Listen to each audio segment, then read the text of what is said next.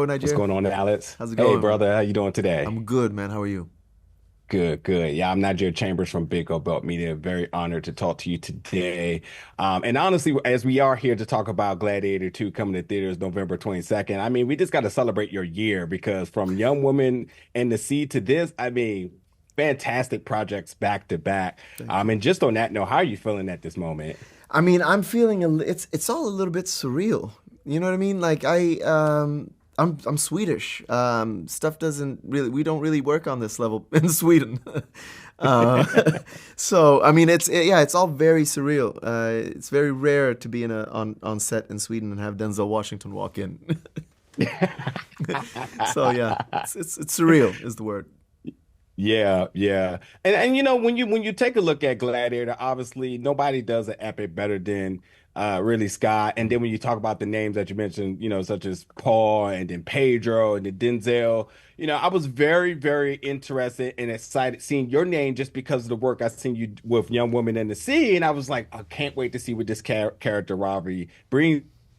Like, I feel like everybody needs a Ravi in their life because Yeah. with all the anger, the frustration, just we're looking at Lucius, who's just dead centered on revenge, and then he meets this guy that's tender, who knows what he's feeling, and is able to like soften him up and realign his voyage, shall I say? Yeah. I'm just wondering for you as the actor, how exciting was it to bring that, and then ultimately, because I really got to get this in.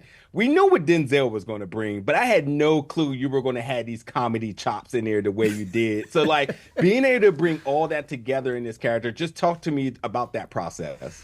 I mean, I loved playing Ravi. He's such a great character to play. I love the comedy of it, and I love I mean, it's not comedy, but I love the fact that he has a little bit of a devil in his eye there.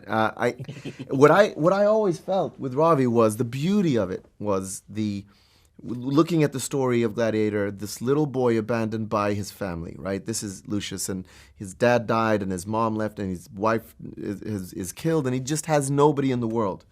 And then he Yeah. meets this other guy who goes, I've been where you've been. I was a slave and a gladiator. And what is it that makes you live? What is it that we live for in life? Well, I have my family. I got my wife. I met a woman, and I have two little boys, and I have my daughter. And that's what I live for. And you make sacrifices for that. So just stay alive, and you will have that one day. Yeah. And so I love the idea of, it's almost like someone saying, if you look around you and you see all the gold and all the parties of Rome and all the money and wealth and greed and power of Rome, but the most powerful person in the room is the one who has love and family Yeah. and people around them, and that's really that what that relationship is. I see that you need a friend. I'll be your buddy. Yeah. Yeah. Yeah, I love that sort of the toned down sort of camaraderie that they have, Yeah, sort of banter. exactly. Exactly, exactly. And the one thing with Gladiator is either, in coming to a sequel, we was obviously looking for that either iconic moment, speech, or something within the Colosseum. Or if it's with Ridley Scott, you're just looking like, all right, where's that going to be that one iconic shot that we're always going to remember from that film? Yeah. How does it feel to have that moment? Because man, oh man, my brother, when we see you coming back with the army and you're riding the horse, I jumped out of my seat like, let's go. I just Let's want to know for go. you when you saw it on paper and then when you ultimately saw it on screen, just what was sort of the feels, the chills, the reaction from you seeing that moment? I mean, listen, when I we shot that, I mean, everything shot in because there was an actors strike and everything, and stuff got rewritten. And when I saw Ridley, he said, "I'm gonna have you say this line: 'What we do in life echoes in eternity.'" I was like, "Whoa! Like how am I in this situation where I'm gonna say that line in front of 7 cameras, 300 extras, and Ridley Scott?" It's like saying my name's Bond, James Bond. It's like it's the line. I'm getting the line.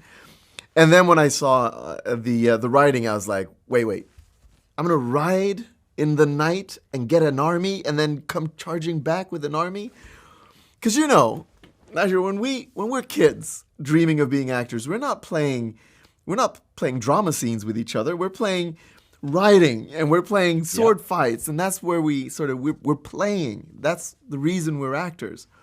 And so, yeah, this film for me just had everything.